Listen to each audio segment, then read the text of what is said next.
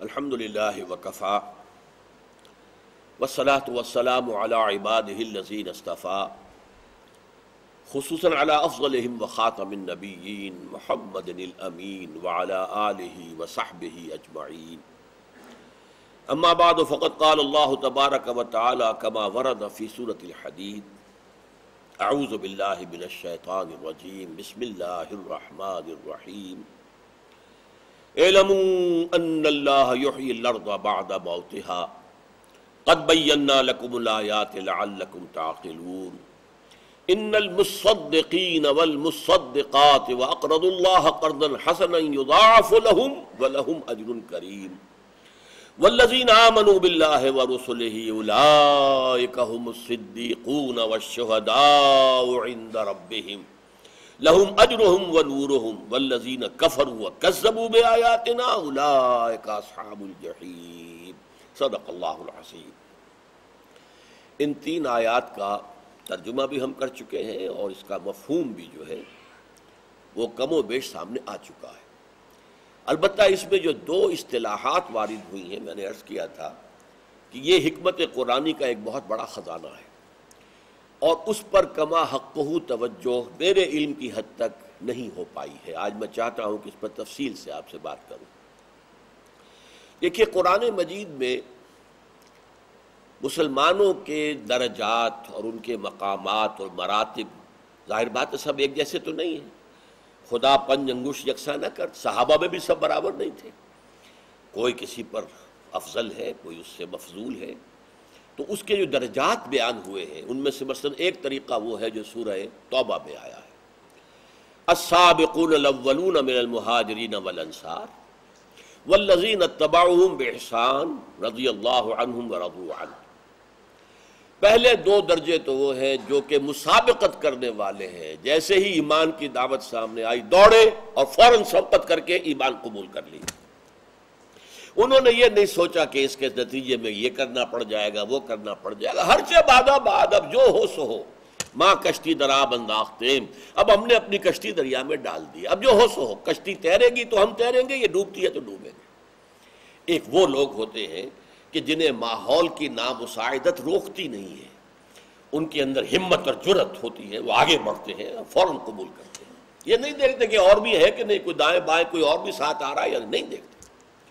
ایک وہ ہے جن پر حق تو واضح ہو جاتا ہے، ہمت اتنی نہیں ہوتی، وہ دیکھتے ہیں دائیں بائیں کوئی اور بھی چل رہے ہیں تو میں بھی چلوں۔ یہ ہے والسابقون کے بعد والذین اتبعوہم باحسان۔ جب دیکھا ہاں بھائی کچھ لوگ چل رہے ہیں، آخر یہ بھی مجھ جیسے انسان ہے، یہ اس راستے پر بڑھ رہے ہیں، میں بھی چلوں، لیکن پوری خلوص نیت کے ساتھ، اخلاص کے ساتھ، پورے ایمان کے ساتھ۔ یہ دو درجے تو وہ ہیں جن کے بارے میں فتویٰ کیا آیا، رضی اللہ عنہم ورضوا عنہ، اللہ ان سے راضی ہو گیا اور یہ اللہ سے راضی ہو جائیں گے یا ہو گئے۔ اللہ سے راضی دنیا میں بھی راضی برضائے رب رہتے ہیں اور آخرت میں اللہ انہیں راضی کرتے ہیں۔ پھر تیسرا درجہ بیان کیا، وآخرون خلطوا عملا صالحا وآخر سیئا۔ کچھ ایسے بھی لوگ ہوتے ہیں کہ جو اچھے اور برے اعمال کو گڑبڑ کر لیتے ہیں، کوئی کام اچھا بھی کر لیا، پھر کوئی گناہ بھی سرزد ہو گیا، کوئی غلطی بھی ہو گئی۔ ایک مرحلے پر پکار آئی اللہ کے راہ میں نکلو، نکل کھڑے ہوئے بغیر کسی جھجک کے اور ہچکچاہٹ کے۔ ایک وقت میں کسی وجہ سے پیچھے رہ گئے، پشمردہ ہو گئے۔ ایک تیسری قسم ان کی ہے، لیکن یہ کہ وہ اپنی کوتاہیوں کا اعتراف کرتے رہتے ہیں، مانتے رہتے ہیں، اللہ سے خود بھی استغفار کرتے ہیں اور رسول کے پاس بھی آ کر کہتے ہیں کہ حضور ہمارے لیے استغفار کیجئے، خطا ہو گئی، کوتاہی ہو گئی۔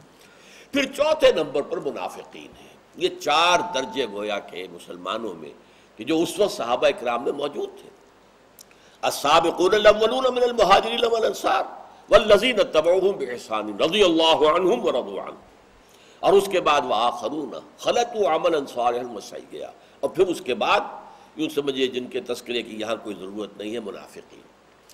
اسی طرح ایک انداز اور ہے، یہ بھی چار درجے میں نے بیان کر دیے، مسلمان چار درجوں کا ہو سکتا ہے۔ ایک اور انداز کیا ہے، اور اس کا حوالہ جو ہے سب سے پہلے سورہ فاتحہ سے لیجئے۔ سورہ فاتحہ جو ہے اس کا آخری حصہ کیا ہے، اہدنا الصراط المستقیم، اے رب ہمارے ہمیں سیدھے راستے کی ہدایت دے، ہدایت بخش، صراط الذین انعمت علیہم، راستہ ان کا جن پر تیرا انعام ہوا۔ غیر المغضوب علیہم ولا الضالین، جن پر نہ تیرا غضب ہوا اور نہ ہی وہ گمراہ ہوئے، سیدھے راستے پر چلتے رہے اور تو ان سے راضی رہا۔ اب اس کی شرح کیا ہے؟ مغضوب علیہم کے بارے میں مفسرین کا اتفاق ہے، اس کی سب سے بڑی مثال یہود ہے، ضالین کی سب سے بڑی مثال نصارہ ہیں، گمراہ ہو گئے۔ لیکن جیسے کہ اسی صورت کے آخر میں ہم دیکھیں گے کہ ان کی گمراہی جو ہے وہ غلو محبت اور غلو عقیدت کی بنا پر تھی، کسی نفسانیت کے تحت نہیں تھی۔ تو بھٹک تو گئے ہیں، لیکن بھٹکتے ہوئے ان کی نیت خراب نہیں تھی۔ لیکن یہ کہ انعمت علیہم کون ہے؟ جن پر تیرا انعام ہوا۔ اب جیسے کہ اصول ہے القرآن یفسر بعضہ بعضا، قرآن کا ایک حصہ دوسرے حصے کی تفسیر کرتا ہے، لہذا اس آیت کی تفسیر آپ کو سورہ نساء میں ملے گی۔ وَمَن يُطِعِ اللَّهَ وَالرَّسُولَ فَأُولَٰئِكَ مَعَ الَّذِينَ أَنْعَمَ اللَّهُ عَلَيْهِمْ مِنَ النَّبِيِّينَ وَالصِّدِّيقِينَ وَالشُّهَدَاءِ وَالصَّالِحِينَ وَحَسُنَ أُولَٰئِكَ رَفِيقًا۔ جو لوگ اللہ کی اور اس کے رسول کی اطاعت پر کاربند ہو جائیں، انہیں معیت حاصل ہوگی، یا پھر بالفعل ہے، پوٹینشلی تو ہے اور آخرت میں ہو جائے گی بالفعل۔ کن کے ساتھ معیت حاصل ہوگی؟ اولئک مع الذین انعم اللہ علیہم، جن پر اللہ کا انعام ہوا۔ اب یہ شرح ہو رہی ہے صراط الذین انعمت علیہم، تو اولئک مع الذین انعم اللہ علیہم من النبیین، سب سے اوپر انبیاء، والصدیقین، ان سے نیچے صدیق، والشہداء، اور اس سے نیچے شہداء، والصالحین، اور سب سے نیچے نیک لوگ، بھلے لوگ، اچھے لوگ۔ اب یہاں سے منافقین کا کھاتا نکل گیا۔ صالحین کی گویا کہ بیس لائن ہے، اہل ایمان میں سے یا ایمان کے دعوے داروں میں سے وہ کہ جو واقعتاً صالح ہیں، وہ نیک ہیں، بھلے ہیں، اچھے کاموں کے لیے ان کے اندر جذبہ ہے، تقویٰ ہے، یہ سب کچھ، یہ بیس لائن ہے۔ بیس لائن اور ٹاپ پر کون ہے؟ انبیاء اور رسول۔ رسولوں کا یہاں ذکر نہیں ہے، اس لیے کہ رسول ہو سکتا ہے جو نبی ہو۔ یہ ہمیشہ میں نے واضح کیا ہے، خاص اور عام کا معاملہ، کہ تین جوڑے اس قرآن کی اصطلاحات میں وہ ہیں جن میں نسبت خاص اور عام کی ہے، یعنی نبی اور رسول۔ رسول خاص ہے، نبی عام ہے۔ ہر رسول تو لازماً نبی ہے، ہر نبی لازماً رسول نہیں ہے۔ اسی لیے روایات میں آتا ہے 1.25 لاکھ انبیاء آئے اور ان میں سے صرف 313 رسول تھے۔ اسی طرح ایمان اور اسلام، ایمان خاص ہے، اسلام عام ہے۔ ہر مومن تو لازماً مسلم بھی ہے، ہر مسلم مومن نہیں ہے، بڑا فرق ہے۔ قالت الاعراب آمنا قل لم تؤمنوا ولكن قولوا اسلمنا ولما يدخل الايمان في قلوبكم۔ اس طرح قتال اور جہاد، قتال تو لازماً جہاد ہے، لیکن جہاد ہر حال میں قتال نہیں ہے۔ جہاد باللسان بھی ہے، جہاد بالقلب بھی ہے، جہاد بالقرآن بھی ہے، دعوت و تبلیغ کے لیے جد و جہد ہے، اپنے نفس کے خلاف جہاد ہے، غلط نظریات کے خلاف جہاد ہے، غلط معاشرے کے خلاف جہاد ہے، نہی عن المنکر کے ذریعے سے وغیرہ وغیرہ۔ لیکن قتال لازماً جہاد ہے، جہاد لازماً قتال نہیں۔ تو اسی طریقے سمجھ لیجئے کہ رسول تو لازماً نبی ہے، جب نبی کا ذکر آ گیا تو رسول انکلوڈ ہو گئے خود بخود، کیونکہ وہ تو در حقیقت وہی ہوگا کہ جو کوالیفائی پہلے کر چکا ہو بطور نبی۔ اب ان دو کے درمیان جو یہ مراتب آئے ہیں جن کا اس آیت میں ذکر ہے، صدیقون و شہداء، یہ کون ہے؟ صدیقون صدق سے بنا، سچا۔ عام مفسرین اور بہت سچے، نہایت راست باز، اپنے قول میں سچے، عمل میں سچے، نیت میں سچے، پھر اس میں یہ بھی کہ سچ کی تصدیق کرنے والے، جو بات سچی سامنے آ جائے فوراً ماننے والے، یہ صدیق ہے۔ اور ان میں خاص طور پر جو ہے ہم اس کو اصطلاح کے طور پر استعمال کرتے ہیں، جب نبی اور رسول کے بعد آئے گا تو نبی کی دعوت کو ایک وہ لوگ ہوتے ہیں جو والہانہ لبیک کہتے ہیں، ایسے کہ جیسے یہ بات ان کے دل میں تھی۔ دیکھنا تقریر کی لذت کہ جو اس نے کہا، میں نے یہ جانا کہ گویا یہی میرے دل میں تھا۔ اس نے جو کہا ہے، اس نے الفاظ ادا کر دیے ہیں، میرے پاس الفاظ نہیں تھے لیکن دل میں یہی کچھ تھا، لہذا فوراً لبیک کہی۔ جیسے ابو بکر صدیق کے بارے میں آتا ہے کہ حضور فرماتے ہیں کہ میں نے جس کے سامنے بھی دعوت ایمان پیش کی، اس نے کچھ نہ کچھ تردد ضرور کیا، تھوڑا سا توقف، غور کرنا ہے، سوچنا ہے یہ بات کیا کہہ رہے ہیں، سوائے ابو بکر کے کہ اس نے ایک لہجے کا توقف نہیں کیا، فوراً تصدیق کی۔ اچھا تصدیق کیسے کر دی؟ ان کے اندر تو تھا معاملہ، موجود تھا. یہ صدیقین تھے، ایسے صدیقین بھی تھے جو حضور کے بعثت سے پہلے فوت ہو گئے. حضرت سعید بن زید جو عشرہ مبشرہ میں سے ہیں، حضرت عمر کے بہنوئی، فاطمہ بنت خطاب کے شوہر، وہ سعید بن زید کے جو والد تھے زید، ان کا معاملہ یہی تھا کہ صدیق تھے وہ، اور وہ اپنے دل کے اندر وہ کچھ پا رہے تھے. وہ خانہ کعبہ کے جو پردے ہیں پکڑ پکڑ کر کہتے ہیں اللہ میں صرف تجھے پوجنا چاہتا ہوں، صرف تیری بندگی کرنا. کیسے کروں یہ مجھے معلوم نہیں، کیسے کروں. یہ ہوتا ہے صدیق. اس کے سامنے نبی کی اگر آواز آ جائے ربنا اننا سمعنا منادیا ینادی للایمان ان آمنوا بربکم فآمنا، ہم ایمان لے آئے، فوراً ایمان لے آئے. یہ ہوتے صدیق. شہید جو ہے وہ ہے کہ جو کار رسالت میں رسول کے بہت زیادہ مددگار ہوتے ہیں. اس لیے کہ کار رسالت کے لیے قرآن مجید کی اہم ترین اصطلاح شہادت ہے. ہر نبی شاہد بن کر آیا ہے، جیسے کہ سورہ مزمل میں ہے انا ارسلنا الیکم رسولا شاہدا علیکم کما ارسلنا الی فرعون رسولا. جیسے فرعون کی طرف ہم نے رسول بھیجا تھا موسیٰ کو، ایسے ہی اے قریش، اے بنی اسماعیل اور اے بنی آدم، ہم نے تمہاری طرف ایک رسول تمہارے اوپر شاہد بنا کر بھیج دیا. اسی طریقے سے حضور کی شان میں جو آیا ہے یا ایھا النبی انا ارسلناک شاہدا و مبشرا و نذیرا و داعیا الی اللہ باذنہ و سراجا منیرا. یہ گواہ کس معنی میں کہ اتمام حجت کر دیتے ہیں وہ لوگوں کے اوپر اپنی دعوت سے، تبلیغ سے، اپنی ذاتی مثال دے کر. انا اول المسلمین انا اول المومنین، دیکھو میں تمہیں ایمان کی دعوت دے رہا ہوں تو پہلا مومن میں ہوں. آمن الرسول بما انزل الیہ من ربہ والمؤمنون، سب سے پہلے تو محمد ایمان لائے ہیں صلی اللہ علیہ وسلم، جو کچھ ان پر نازل کیا گیا اس پر. انا اول المسلمین، میں تمہیں اسلام کی دعوت دے رہا ہوں تو سب سے پہلا مسلمان میں خود ہوں، سب سے پہلے میں نے سرنڈر کیا اپنے آپ کو اپنے رب کے سامنے. یہ شہادت جو ہے، اسی لیے پھر یہ آخرت میں کیا ہوگا فَكَيْفَ إِذَا جِئْنَا مِنْ كُلِّ أُمَّةٍ بِشَهِيدٍ، کیا ہوگا اس دن جب کہ ہم ہر امت پر ایک گواہ کھڑا کریں گے. جو رسول بھیجا گیا تھا وہ دنیا میں گواہ تھا اپنے عمل اور اپنی دعوت کے ذریعے سے، آخرت میں وہ پروزیکیوشن وٹنس کی حیثیت سے، پروزیکیوشن وٹنس گواہ استغاثہ، وہ کھڑا ہو کر کہے گا اے اللہ جو پیغام تیرا مجھ تک آیا تھا میں نے پہنچا دیا تھا، کما حق کو پہنچا دیا تھا. اب یہ جواب دہ ہیں، یہ نہیں کہہ سکتے کہ ہمیں بات پہنچائی نہیں گئی. اسی لیے آپ کو معلوم ہے حضور نے حجۃ الوداع کے اختتام پر گواہی لی ہے، لوگوں سے گواہی لی. وہ خطبہ جو مشہور ترین خطبہ ہے حضور کا، خطبہ حجۃ الوداع، اس کے آخر میں کیا کہا آپ نے؟ سوال کیا الا هل بلغت، لوگوں میں نے پہنچا دیا یا نہیں؟ اور اس کا جواب دیا صحابہ کرام نے. عام طور پر وہ سوال کے جواب میں ایک معمولی بات کہتے تھے، زیادہ زبان درازی جس کو میں لفظ استعمال کر رہا ہوں یہ ان کا شیوا نہیں تھا. یہاں ہم دیکھتے ہیں کہ ایک سوال کا جواب 4. انا نشهد انک قد بلغت الرسالۃ وادیت الامانۃ ونصحت الامۃ وکشفت الغمۃ. ہاں اے نبی ہم گواہ ہیں، اے محمد ہم گواہ ہیں صلی اللہ علیہ وسلم، آپ نے رسالت کا حق ادا کر دیا، آپ نے امانت کا حق ادا کر دیا، جو وہی آپ کے پاس آئی تھی امانت تھی، آپ نے ہم تک پہنچا دی. آپ نے امت کی خیر خواہی کا حق ادا کر دیا، آپ نے گمراہی کے سارے جو گھٹا ٹوپ اندھیرے تھے ان کو چیر کر رکھ دیا. یہ گواہی 3 دفعہ لی حضور نے. الا هل بلغت انا نشهد انک قد بلغت الرسالۃ وادیت الامانۃ ونصحت الامۃ وکشفت الغمۃ. پھر کہا آسمان کی طرف نگاہ اٹھا کر انگشت شہادت سے اشارہ کر کے اللہم اشہد، انگلی پہلے آسمان کی طرف پھر لوگوں کی طرف 3 دفعہ. اے اللہ تو بھی گواہ رہے، یہ مان رہے ہیں کہ میں نے پہنچا دیا. اللہم اشہد اللہم اشہد.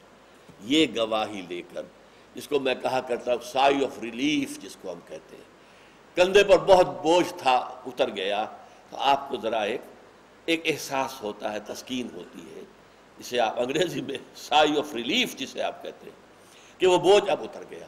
یہ ہے وہ شہادت. اس شہادت کے ادا کرنے میں جو لوگ زیادہ فعال ہوتے ہیں وہ شہداء کہلاتے ہیں. اس موضوع پر میری بڑی مفصل تقریریں ہیں. ہمارے ہاں شہید کے معنی بن گئے ہیں اللہ کے راستے میں قتل ہونے والا. اس معنی میں قرآن مجید میں یہ بھی کہا جا سکتا ہے کہ یہ لفظ آیا ہی نہیں، اور اگر کوئی امکان ہے تو سورہ آل عمران کی ایک آیت میں امکان ہے، وہ بھی لازمی نہیں ہے، مطلب جہاں آیا قتل کا لفظ آیا ہے، وَلَا تَقُولُوا لِمَنْ يُقْتَلُ فِي سَبِيلِ اللَّهِ أَمْوَاتٌ، اور مت کہا کرو انہیں جو اللہ کی راہ میں قتل ہو جائیں کہ وہ مردہ ہیں، لفظ قتل آیا ہے۔ وَلَا تَحْسَبَنَّ الَّذِينَ قُتِلُوا فِي سَبِيلِ اللَّهِ أَمْوَاتًا، ہرگز مت سمجھنا ان کو جو اللہ کی راہ میں قتل ہو جائیں کہ وہ مردہ ہیں، قتل کا لفظ آیا۔ اسی طریقے سے حضور خود کہتے ہیں لَوَدِدتُّ أَنْ أُقْتَلَ فِي سَبِيلِ اللَّهِ ثُمَّ أُحْيَا ثُمَّ أُقْتَلَ ثُمَّ أُحْيَا ثُمَّ أُقْتَلَ، میری بڑی خواہش ہے میں اللہ کی راہ میں قتل ہو جاؤں، لفظ قتل آ رہا ہے، شہادت تو نہیں آ رہا، پھر مجھے زندہ کیا جائے، میں پھر قتل ہو جاؤں، پھر زندہ کیا جاؤں، پھر قتل کیا جاؤں۔ اصل میں یہ لفظ جو ہے اپنے اس اصل اس لفظ کا جو عام مفہوم بن گیا ہے، یہ مفہوم ہے اس کا، حدیث میں یہ اس معنی میں آیا ہے، استشہدہ، اس کی شہادت قبول کر لی گئی، جس کی کہ گردن کٹ گئی اللہ کی راہ میں، گویا کہ اس کی شہادت قبول کر لی گئی اس معنی میں۔ لیکن یہ معنی جو ہے یہ پردہ بن گئے ہیں شہادت کے اصل مفہوم کے خلاف، وہ پچھلا اس کا اصل مفہوم پیچھے چلا گیا۔ کار رسالت جو ہے وہ شہادت علی الناس ہے، وَكَذَلِكَ جَعَلْنَاكُمْ أُمَّةً وَسَطًا لِتَكُونُوا شُهَدَاءَ عَلَى النَّاسِ وَيَكُونَ الرَّسُولُ عَلَيْكُمْ شَهِيدًا، جیسے رسول نے حجت قائم کر دی تم پر، تم حجت قائم کرو پوری نوع انسانی پر۔ اس معنی میں اب غور کیجئے، یہ دو درجے جو ہیں، انبیاء، صدیقین، شہداء، اس صدیقین اور شہداء میں کیا فرق ہے؟ دیکھیے نبوت کا دروازہ بند محمد کے بعد صلی اللہ علیہ وسلم، وہ ٹاپ لائن تو گئی، وہ اب کوئی لاکھ تپسیائیں کر لے اور مراقبے کر لے اور یہ کر لے اور وہ کر لے، ریاضتیں کر لے، نوافل کی کثرت کر لے، نبوت کا دروازہ بند، وہ اکتسابی پہلے بھی نہیں تھی اور اب تو سرے سے دروازہ ہی بند ہے۔ لہذا اونچے درجے دو رہ گئے، صدیق اور شہداء۔ ان دونوں کے مزاجوں کو سمجھنے کے لیے آج کی جدید سائیکالوجی کی دو اصطلاحات کو آپ سامنے رکھیں۔ دنیا میں انسانوں کی عظیم اکثریت دو کیٹیگریز پر مشتمل ہے، انٹروورٹس، ایکسٹروورٹس۔ انٹروورٹس وہ ہیں کہ جو خیالات کی دنیا میں مگن رہتے ہیں، غور و فکر کرتے ہیں، سوچ بچار کرتے ہیں، ان کی انسانیت بھی زندہ ہوتی ہے، وہ کسی کو دکھ میں نہیں دیکھ سکتے، اس کی تلافی کے لیے جو کچھ کر سکتے ہو کرتے ہیں، اور غور و فکر جو ہے وہ اور خلوت پسند ہوتے ہیں، وہ زیادہ لوگوں میں رہنا نہیں، بلکہ جب وہ محفل میں رہتے ہیں تو دل بجھ سا جاتا ہے ان کا، وہ چاہتے ہیں کہ وہ بس اپنی دنیا کے اندر مگن رہے۔ یہ انٹروورٹس، انٹرو، اندر کی طرف، ان کا رجحان جو ان کی شخصیت کا ہے وہ باطن کی طرف ہے، وہ باطن خیالات کا بھی ہو سکتا ہے، وہ باطن روحانی بھی ہو سکتا ہے۔ ایکسٹروورٹس وہ ہیں جو بڑے فعال ہوتے ہیں، بھاگ دوڑ کرنے والے ہیں، کھیل کود کے اندر لگے ہوئے ہیں، سیر شکار کے اندر لگے ہوئے ہیں، یا ویسے ہی چلتے ہوئے کسی کو جو ہے کندھا مارتے ہیں، خود چاہتے ہیں کہ گزرا یہاں پر بھی دنگل لگے، لڑائی ہو، دنگا فساد ہو، چلتے چلتے آدمیوں کو چھیڑ دیں گے۔ اور یہ لوگ جو ہے یہ پبلک میں اپنے آپ کو زیادہ خوش دیکھتے ہیں، محفل ہو، محفل سے جا کے بیٹھے ہوئے ہو، لطیفے بازی ہو رہی ہو اور ایک دوسرے پہ فقرے چست کیے جا رہے ہوں، اس میں ان کے دل کی کلی کھلتی ہے۔ یہ دو طرح کے انسان ہیں۔ اچھا، ان کے اندر پھر احساسات کے اندر بھی یہ کیفیت نہیں ہوتی کہ کسی کے دکھ کو دیکھ کر وہ اسے اپنے دل میں ہمدردی جسے کہتے ہیں، ہمدردی، ہم عصر، ہم جماعت، ایک ہی جماعت میں پڑھنے والے، ہم عصر، ایک ہی زمانے میں رہنے والے، ہم درد، یہ اگر آپ کا درد مجھے اپنے دل میں محسوس ہو یا میرا درد آپ کو اپنے دل میں محسوس ہو تو ہم ایک دوسرے کے ہمدرد، وہ ہمدردی بھی ان میں نہیں ہوتی۔ یہ دو قسم کے انسان آپ کو ہمیشہ ملیں گے، ایکسٹروورٹس یا انٹروورٹس۔ ایک تیسرا لفظ ہے ایمبیورٹ۔ ایمبیورٹ ہے بھی بہت خطرناک، ویسے بھی بہت شاذ لوگ ہوتے ہیں، بہت شاذ لوگ ہوتے ہیں جن میں بیلنس ہو، جن کی قوت فکریہ، قوت نظریہ، سوچ اور فکر، غور و فکر کا مادہ، اور ساتھ ہی بھاگ دوڑ اور عمل اور جد و جہد کا مادہ، یہ دونوں موجود ہوں اور بیلنس کرتے ہیں۔ یہ بہت شاذ، بہت شاذ، بہت شاذ۔ بلکہ جن کے اندر یہ ایمبی ویلنس ہوتی ہے، ایمبی ویلنس کا لفظ غلط استعمال کیا، ایمبیورٹ ہونے کا، اس میں پھر اندیشہ ہوتا ہے کہ کہیں کوئی انسان جو ہے عدم توازن کا شکار نہ ہو جائے۔ لہذا عام طور پر یہ ایمبی ورڈ کا لفظ جو ہے وہ اس طریقے سے استعمال کیا جاتا ہے کہ جس میں اندیشے کی بات ہے۔ اب آپ سمجھئے صدیقین، انٹروورٹس جو پہلے بھی غور کر رہے تھے، فکر کر رہے تھے کائنات کیا ہے، میں کون ہوں، کہاں سے آیا ہوں، کیا معاملہ ہے، ان کے اندر کی اخلاقی حس زندہ ہے، مردہ نہیں ہے۔ ان کے اندر جو ہے وہ نیکی کا جذبہ موجود ہے۔ فَأَلْهَمَهَا فُجُورَهَا وَتَقْوَاهَا، نیکی اور بدی کے درمیان امتیاز کا جذبہ موجود ہے۔ یہ لوگ ہیں غور و فکر کر کے اپنی سوچ بچار کی دنیا میں مگن ہیں۔ یہ وہ لوگ ہیں کہ ان کو گویا کہ تقریباً رسائی ہو جاتی ہے اس مقام تک کہ جس مقام پر جب نبی کی آواز کان میں آتی ہے تو فوراً آمنا وصدقنا، کوئی توقف نہیں، کوئی غور و فکر نہیں، جیسے کہ حضرت ابو بکر کے بارے میں نے بیان کیا۔ ابو بکر صدیق اعظم ہیں اس امت کے، صدیق اکبر اسی لیے کہتے ہیں۔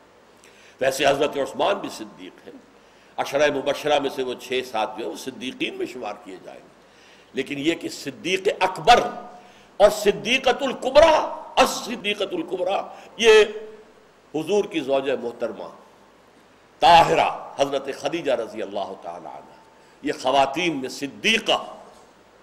جیسے آپ قرآن میں دیکھتے ہیں کہ جو جیل کے ساتھی تھے حضرت یوسف کے، انہوں نے کیا کہا تھا؟ یوسف ایھا الصدیق، اے یوسف جو سراپا صدق ہے، صدق یعنی صادق ہے اپنے قول میں بھی، اپنے عمل میں بھی، راست باز ہے۔ اور اسی طرح حضرت مریم کو کہا گیا امہ صدیقہ، یہ نبوت کا منصب جو ہے یہ عورتوں کو نہیں دیا گیا، اس کی ذمہ داری بڑی کٹھن ہے، عورتوں پر ہلکا کام ڈالا گیا، بھاری نہیں۔ تو اس اعتبار سے صدیقہ، اس سے اونچا مقام نبوت کا کسی عورت کے لیے نہیں ہے۔ صدیقیت جو ہے یہ اونچا مقام ہے۔ حضرت مریم صدیقہ، حضرت خدیجہ الکبریٰ الصدیقۃ الکبریٰ ہے امت کے اندر، اور ابو بکر صدیق صدیق اکبر ہیں رضی اللہ تعالی عنہ۔ تو یہ ہے، لیکن اب غور کیجئے آپ حضرت حمزہ اور حضرت عمر پر۔ 6 سال بیت گئے، حضرت عمر کے کان پہ جوں نہیں رینگی بلکہ ان کے دل میں سختی بڑھتی جا رہی ہے، بڑھتی جا رہی ہے۔ یہ کیا کر دیا محمد نے صلی اللہ علیہ وسلم، باپ کو بیٹے سے کاٹ دیا، بھائی کو بھائی سے کاٹ دیا، شوہر کو بیوی سے علیحدہ کر دیا، یہ کیا کیا اس نے؟ ہماری قوت جو ہے منقسم ہو رہی ہے۔ یہ ایک عصبیت، قبائلی عصبیت زوروں پر تھی اس کے اندر، اور پہلوان ٹائپ آدمی تھے، چلتے کو کندھا مارنا، لڑائی مول لینا، یہ ان کا مزاج تھا۔ برا نہ مانیے، یہ حضرت عمر کی اس زندگی کا ذکر کر رہا ہوں کہ جو ایمان سے پہلے کی تھی۔ تو حضرت عمر اس طرح کے انسان ہیں، اور قتل کرنے کے ارادے سے چلے، آج تو قصہ پاک ہی کر دوں گا، یہ جھگڑا ختم ہو جائے، کل کل چل رہی ہے معاشرے میں، 6 سال ہو گئے، آج میں چاہوں گا کہ اس کی جڑ کاٹ دوں۔ لیکن راستے میں حضرت حذیفہ مل جاتے، عمر کہاں چلے؟ انہیں پتہ نہیں تھا کہ حذیفہ ایمان لا چکے۔ میں جا رہا ہوں آج محمد کا خاتمہ کر کے آؤں گا، بس اس نے بہت زیادہ ہمارے اندر جو ہے تفرقہ ڈال دیا ہے صلی اللہ علیہ وسلم۔ انہوں نے رخ موڑ دیا، ارے تمہارے تو بہنوئی اور بہن ایمان لا چکے ہیں، تم محمد کو بگاڑنے چلے ہو، پہلے ان کو تو درست کرو۔ اب وہ غصے میں بھرے ہوئے گئے ہیں، وہی ننگی تلوار ہاتھ میں ہے، دروازے پر دستک دی ہے تو گھر کے اندر حضرت خباب بن الارت آئے ہوئے تھے، یہ ہمتاً کارکن تھے حضور کے، اور سورہ طٰہٰ کی آیات ابھی تازہ نازل ہوئی تھی، وہ آ کر پڑھا رہے تھے ان کو، کوئی اور ذریعہ تو تھا نہیں، نہ کوئی ٹیلی ویژن، نہ کوئی کتابیں، نہ رسالے، کچھ بھی نہیں۔ تو ایسے ہی یہ صحابہ نوجوان جو تھے یہ ہمہ وقت طالب علم تھے حضور کے، یہ وہیں رہتے تھے دار ارقم میں، اور جیسے آیات آئی لے کر چلے اور بیان کرنے لگے۔ تو انہوں نے دیکھا عمر آیا ہے تو ڈر گئیں، حضرت فاطمہ ان کی ہمشیرہ اور سعید ابن زید ان کے شوہر، انہوں نے حضرت خباب بن الارت کو تو کہیں چھپایا، اور اس کے بعد دروازہ کھولا۔ تم کیا پڑھ رہے تھے؟ ان کا کہ ہم تمہیں نہیں دکھا سکتے، دکھاؤ مجھے، اور تھپڑ مارا اپنے بہنوئی کو، بہن سامنے آئی، اس کے تھپڑ مارا۔ اس نے کہہ دیا عمر چاہے ہمیں جان سے مار دو، ہم جو راستہ اختیار کر چکے ہیں ہم نہیں چھوڑیں گے۔ ایک جملہ ہے یہ جس نے کہ تقدیر بدل دی، دیگرگو کرد تقدیر عمر را۔ یہ کیا شے ہے جس نے ایک صنف نازک کے اندر اتنا حوصلہ کہ چاہے جان سے مار تو نہیں چھوڑیں گے۔ اب دل نرم پڑ گیا، جیسے کہ وہ پتھر اوپر سے جو سخت ہوا تھا اس میں چھید آ گیا. اچھا کہا مجھے دکھاؤ کیا پڑھ رہے تھے. کہا تم نجس ہو، ناپاک ہو، پہلے غسل کرو. غسل کیا، آگے پڑھاؤ. سورہ طٰہٰ کی آیات پڑھی اور ایمان لے آئے. پھر حضور کی خدمت میں حاضر ہوئے تو اپنی تلوار کو اپنی گردن کے اندر لٹکایا ہوا تھا. یہ غلاموں کا طریقہ تھا اور ایمان کے لیے حاضر. گویا کہ جذباتی طور پر متاثر ہوئے، فکری طور پر نہیں تھے. یہ جو غلاف ٹوٹا ہے اوپر کا، جو کرسٹ آ گیا تھا، وہ ٹوٹا ہے جذباتی طور پر، بہن کے اس طرز عمل کو دیکھ کر. یہی معاملہ حضرت حمزہ کا ہے. حضرت عمر کو تو کہا جا سکتا ہے بنو عدی میں سے تھے، بنو ہاشم سے انہیں کیا سروکار، حضور سے کوئی رشتہ داری تو نہیں تھی. حضرت حمزہ تو سگے چچا ہیں، ساتھ کے کھیلے ہم جولی ہیں، انتہائی محبت کرتے ہیں حضور سے، خالہ زاد بھائی ہیں، دودھ شریک بھائی ہیں. ان کا حال بھی ہے 6 برس ہو گئے، اپنا بھتیجا کیا کہہ رہا ہے انہیں دلچسپی نہیں. ان کی دلچسپی شکار. گھر آئے اس کے بعد جو ایک آدھ دن ٹھہرے، پھر جو ہے کمان لی اور تیر لگائے ترکش کے تو باہر نکل گئے. وہ باہر رہتے تھے 10 دن 12 دن صحراؤں میں گھوم رہے، شکار کھیل رہے ہیں، بھون کے کھا رہے. ایک روز واپس آئے تو صوبیہ غالباً نام تھا اس لونڈی کا. اس نے کہا آج ابو جہل نے آپ کے بھتیجے کا ساتھ بہت برا سلوک کیا ہے. ابو جہل نے محمد کے ساتھ کیا؟ ہاں صلی اللہ علیہ وسلم. گھر میں داخل نہیں ہوئے، ابھی داخل نہیں ہوئے تھے، باہر ہی ملاقات ہو گئی. گئے اور جا کر تم نے میرے بھتیجے کے ساتھ گستاخی کی ہے. کمان ماری ہے زور سے، ابو جہل کے سر پہ پھٹ گیا سر، اور کہا دیکھو اگر یہی بات ہے نا میں محمد پر ایمان لایا، چلو آؤ میدان میں کرو مقابلہ. یہ جذباتی انداز. جیسے کرش تھا ایک، وہاں تو دشمنی کا کرش تھا، یہاں دشمنی کا نہیں تھا، دوستی کے باوجود، محبت کے باوجود ایک عدم توجہی کا کرسٹ، اور وہ پھٹ گیا اس محبت کی وجہ سے کہ جو حضور سے تھی. اور وہ پورا پھر عمر اور حمزہ یہ شہداء کی بہترین مثال ہے. 6 سال تک دعوت نبوی سے کوئی تاثر نہیں لیا، لیکن اس کے بعد تاثر آیا ہے تو جذباتی انداز میں.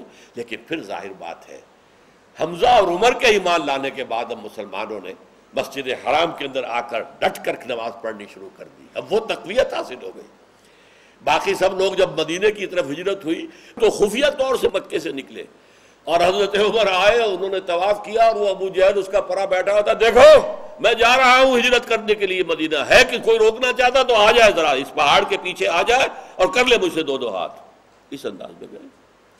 یہ ہوتے ہیں شہداء جو کار رسالت میں پھر جتنا ان کا حصہ ہوتا ہے وہ بظاہر صدیقین سے آگے بڑھ جاتے ہیں، لیکن حقیقت میں صدیقین سے آگے نہیں بڑھتے. صدیقین کا رتبہ بہت اونچا ہوتا ہے. اگرچہ ایک مسابقت فی الخیر کا مادہ صحابہ میں بھی تھا. حضور صلی اللہ علیہ وسلم نے جب غزوہ تبوک کے لیے کہا کہ لاؤ وقت جو ہے کٹھن آ پڑا ہے دین پر، تو حضرت عمر کہتے ہیں کہ میرے پاس اس زمانے میں بہت سرمایہ تھا، میں نے سوچا کہ آج تو میں ابو بکر پر بازی لے جاؤں گا. جب میں لے کر گیا میں نے کہا، حضور نے کہا کہ کتنا لائے، گھر میں کیا چھوڑا؟ آدھا لے آیا ہوں، آدھا چھوڑ دیا. ابو بکر آئے، گھر میں کیا کچھ نہیں چھوڑا، اللہ اور اس کے رسول کا نام. تب کہا حضرت عمر نے کہ میری بات سمجھ میں آ گئی کہ ابو بکر سے آگے کوئی نہیں بڑھ سکتا، کبھی نہیں بڑھ سکتا. اور ان کے اندر جو عظیمت مخفی تھی وہ ان کے دور خلافت میں جب مانع زکوٰۃ کا مسئلہ آیا ہے، جس طرح وہ چٹان کی طرح کھڑے ہو گئے، کوئی میرا ساتھ دے نہ دے، میں اکیلا نکلوں گا اور قتال کروں گا. جو لوگ اللہ کے دین کے اندر یہ تحریف کرنا چاہتے ہیں، ایبدل الدین وانا حی، کیا دین میں تحریف کی جائے گی، دین میں تبدیلی کی جائے گی جبکہ میں ابھی زندہ ہوں؟ معلوم ہوا کہ اگرچہ نحیف و نزار جسم تھا، رقیق القلب انسان تھے، لیکن اندر چٹان کی طرح جو ہے حوصلہ، عزم، عظیمت جو ہے اس کی چٹان انونسیبل تھی، ناقابل تسخیر تھی. یہ صدیقین اور شہداء کے مراتب ہیں. اگر آپ نے بریک کھول دیا اپنا، حب دنیا حب مال ختم کر کے، اب ایمان کا بیج ڈالیے. اب آپ کا بریک کھل گیا ہے، اب یہ ایمان آپ کو لے جائے گا تو صدیقیت کے مراتب، یہ نہ سمجھیں کہ ختم ہو گئے، وہ مراتب آج بھی ہیں، ایکسیسیبل ہیں، پہنچ سکتے ہیں. اور شہادت اس سے کمتر درجے میں شہادت کا درجہ ہے. باقی بیس لائن وہ صالحین کی ہے. یہ ہے صدیقین اور شہداء کا معاملہ، اور یہ قرآن مجید میں اور بعض مقامات پر بھی آیا ہے۔ لیکن میں قدر افسوس کے ساتھ کہہ رہا ہوں کہ میرے علم کی حد تک، ظاہر بات ہے کہ میں ساری تفاسیر تو میں نے آج تک نہیں پڑھی ہے، عربی کی تفاسیر اور دوسری تفاسیر، لیکن جو بھی متداول تفاسیر ہیں ان میں سے میں نے محسوس کیا کہ اس گہرائی میں ان چیزوں کو سمجھنے کی کوشش نہیں کی گئی۔ شاید اس میں یہ ہے کہ جدید سائیکالوجی کی دو ان اصطلاحات نے، یہ جان لیجئے ایمبی ورٹ کامل صرف ایک شخصیت ہے اور وہ محمد الرسول اللہ ہے، کامل ایمبی ورٹ اور کوئی نہیں ہو سکتا۔ انبیاء میں سے بھی بعض صدیقین مزاج کے ہیں، بعض شہداء مزاج کے ہیں۔ ابراہیم صدیق النبیہ، اسماعیل اور موسیٰ رسول النبیہ۔ یہ کیوں آیا ہے فرق؟ ایک بڑے مفسر سے جب میں نے پوچھا کہ مولانا کہیں تو صدیق النبی آیا، کہیں رسول، کیا آیا ہے؟ واقعی آیا ہے؟ حیران ہو گئے۔ تفسیر لکھ چکے ہیں قرآن کی، لیکن یہ چیز ان کے ذہن میں نہیں تھی کہ دو رسولوں کے بارے میں سورہ مریم میں صدیق النبیہ، حضرت ادریس کے بارے میں صدیق النبیہ، ابراہیم صدیق النبیہ، حضرت موسیٰ اور حضرت اسماعیل رسول النبیہ۔ آخر کیوں؟ قرآن مجید کا تو ہر لفظ بامانی ہے، زیر ہر لفظ غالب چیدہ میں خانہ ہے۔ اللہ تعالی ہمیں قرآن مجید کے ان دقائق اور غوامض کی بھی سمجھنے کی توفیق عطا فرمائے۔ بارک اللہ لی و لکم فی القرآن العظیم ونفعنی و ایاکم بالآیات والذکر الحکیم۔